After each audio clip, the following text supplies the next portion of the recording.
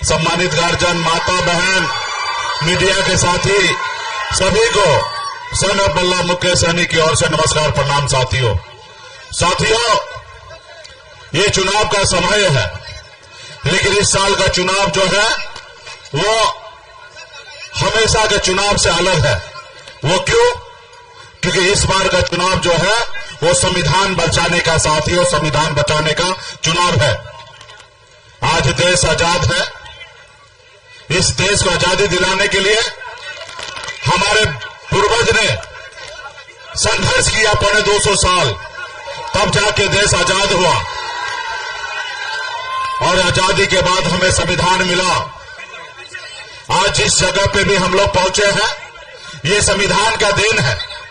आज आपके सामने में मंच पर अगर हम अपनी बात को सीना चौड़ा करके, अगर बात सर उठाकर, अगर अपनी बात को रखने का हैसियत अगर है, तो बाबा साहब भीमराव अंबेडकर का देन है कि संविधान हमको वो ताकत दिया है। संविधान से पहले तो हमसे लोग बात नहीं करना चाहते थे, हमें बगल में बैठाना नहीं चाहते थे, लेकिन बाबा साहब का देन है कि आज हम इस मुकाम पे पहुंचे हैं। तो इसलिए साथियों, ये संविधान है तो हम हैं, हमारा कल रहेगा। अगर संविधान बदल जाएगा तो हमारा कल जो है, जो ऐसा आज है वैसा नहीं रहेगा। तो इसलिए साथियों, ये जो देश के प्रधानमंत्री हैं, 2014 में आए, आपसे वादा किए कि हम आपके अच्छे दिन लाएंगे। उन्होंने देश के युवा से वादा किया कि हर साल 2 करोड़ युवा को नौकरी देंगे। उन्होंने गरीब किसान भाई से वादा किया कि हर किसान को आमदनी दुगुना करेंगे। देश के लोगों से वादा किए कि विदेश में काला धन है वो भारत में लाएंगे, हर किसी के खाता में 15-15 लाख रुपया देंगे। उन्होंने कहा कि हर गरीब का घर पक्का का बना के देंगे। हम मोदी जी से पूछना चाहते हैं कि मोदी जी, वो आपका वादा कहां गया? जो आपने कहा था हर युवा को नौकरी देंगे, वो वादा कहां गया? आप गरीब किसान का आमदनी दुगुना करने की बात किए, वो कहां गया? कोई जवाब नहीं है उनके पास। आप बताइए, देश का प्रधानमंत्री जी 140 करोड़ का माई बाप है, वो सबको एक चश्मा से देखना चाहिए। लेकिन मोदी जी जैसा अपना कपड़ा बदलते हैं एक दिन में 5-5 बार, वैसे हमें दिन भर में 5 बार चश्मा भी बदल देते हैं। अलग अलग जाति को अलग अलग चश्मा से देखते हैं, अलग अलग धर्म वाले लोगों को अलग अलग चश्मा से देखते हैं। और हम लोग कुछ भी कहें तो हमको दुश्मन मानते हैं, विरोधी मानते। अरे भाई, हम तो आपके विरोधी ही नहीं है, हम आपकी तीसरी आंख है। जो आप नहीं देखते हैं वही बात को मैं बताता हूं, ताकि वो देखिए और जनता का काम कीजिए। आज 10 साल के बाद भी मोदी जी को मंदिर मस्जिद के नाम पे वोट मांगना पड़ रहा है। 10 साल के बाद भी हिंदू मुसलमान करके उनको वोट मांगने की आवश्यकता पड़ रहा है। साथियों, हम क्या खाएंगे वो उसको याद रहता है कि मुकेश सहनी जी और तेजस्वी जी क्या खा रहे हैं।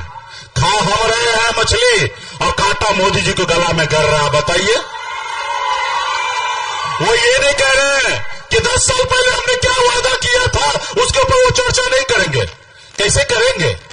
जितना झूठ बोलना था तो बोल चुका है, अब उसके खजाने में झूठ बोलने का कोई जगह ही नहीं है। अब क्या कहेंगे कि 2 करोड़ की जगह 4 करोड़ नौकरी देंगे? कोई सुनेगा उनका बात? नहीं सुनेगा। तो जितना उनको झूठ बोलना था बोल दिया। अभी नफरत की राजनीति कर रहे हैं। बताइए, इस देश में 140 करोड़ की आबादी है। हम सब मिलकर, हमारे पूर्वज ने मिलकर देश को आजादी दिलाया, चाहे वो हिंदू हो, मुसलमान हो, सिख हो, ईसाई हो, हर जाति धर्म के मजहब के लोगों ने मिलकर इस देश को आजादी दिलाया। और आज हम लोग सब मिलजुल के रह रहे हैं। आज बताइए, नफरत की राजनीति कर रहे हैं ताकि हम लोग आपस में लड़ जाए, कट जाए, मर जाए। आप बताइए, देश का प्रधानमंत्री जी का ये सोच होना चाहिए। उनका तो सोच होना चाहिए कि 2 आपस में लड़ रहा है, उसको दोनों को अलग अलग कर दो और दोनों को समझाओ, बुझाओ। लेकिन ये लड़ाई लगा रहा है। आप गांव में देखते रहेंगे, ये टाइम है गर्मी का, आग लगने का। गांव में अगर आग लगे तो हर अच्छे इंसान जो होते हैं पानी लेके जाके उसको बुझाने का काम करेगा, नहीं कि पेट्रोल लेके जाके उसमें डालने का काम करेगा। आज हमारे देश का प्रधानमंत्री पेट्रोल डालने का काम करेगा, नफरत फैलाने की बात करता है। तो इसलिए साथियों, इस सरकार को बदलना जरूरी है। अगर आप नहीं बदलेंगे तो आने वाला हमारा पीढ़ी जो है वो आप सबको, हम सबको माफ नहीं करेगा साथियों, माफ नहीं करेगा। हमारे आने वाला पीढ़ी कहेंगे कि आप इस संसार में इंसान के रूप में आप जन्म लिए हैं। इस संसार में जितने भी प्राणी हैं सबसे सर्वश्रेष्ठ इंसान होता है। वो इसलिए क्योंकि इंसान को सोचने समझने का शक्ति होता है साथियों, शक्ति होता है। और उसके बाद भी आप दूसरे को, एक बार आप गलती कर दिए, दूसरी बार भी आपने गलती कर दिया, मोदी जी को ले आया, और तीसरी बार भी गलती करेंगे तो आपके आने वाला पीढ़ी आपको माफ नहीं करेगा। वो कहेंगे कि आप लोग नासमझ थे इसलिए उनको ले आए। तो इसलिए साथियों, हमको गलती को भी दोहराना नहीं है, तिवारा नहीं है। हम लोगों को इनको बदलना है। ये सरकार है, बताइए ना, गुंडा वाला सरकार है। धंधा लो और चंदा दो। अब बताइए, ये देश का प्रधानमंत्री ऐसा करेगा कि हम आपको टेंडर देते, इसके बदले में हमको चंदा दो, और जो चंदा नहीं देगा उसको ईडी सीबीआई का नोटिस भेज देता है।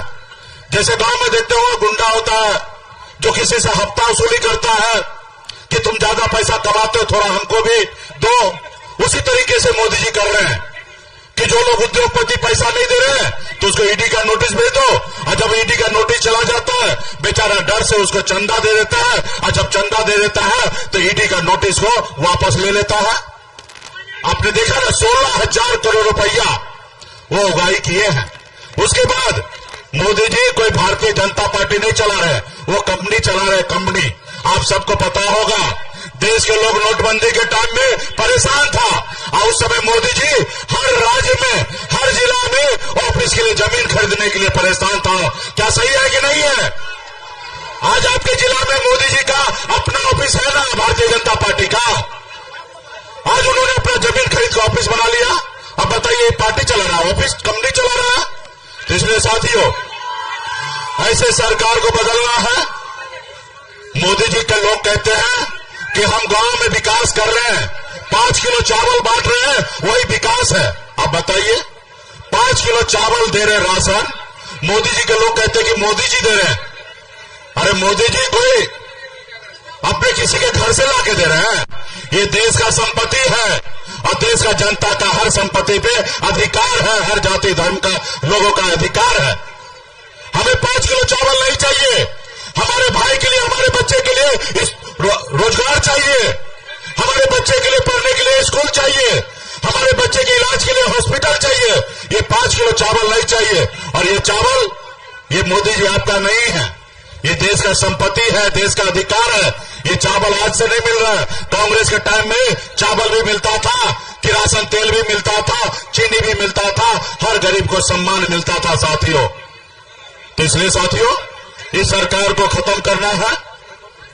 तो इसलिए तमाम हमारे पार्टी के नेतागण से को आग्रह करता हूं कि आप मजबूती से गांव में एक एक बूथ पे जाइए, एक एक टोला में जाइए, हर लोगों को बताइए कि आज बिहार में निषाद समाज वीआईपी पार्टी को मान सम्मान मिला है। एक एक वोट हमारे जयप्रकाश जी को दिलाइए और उसको विजय बनाइए और इंडिया गठबंधन बनाइए, ताकि राहुल गांधी जी आगे बढ़े, लालू प्रसाद जी आगे बढ़े, तेजस्वी जी आगे बढ़ेंगे और हम लोग आगे बढ़ेंगे। हमारा सरकार बनेगा और गरीब किसान नौजवान का सरकार बनेगा। इसलिए तमाम हमारे, कल आखिरी दिन है, कल लास्ट प्रचार का समय है, तो इसलिए तमाम हमारे लोग मजबूती से घूम घूम कर एक एक वोट को अपना जयप्रकाश जी को दिलाने का काम कीजिएगा। बहुत बहुत धन्यवाद तमाम नेतागण को, बहुत बहुत धन्यवाद।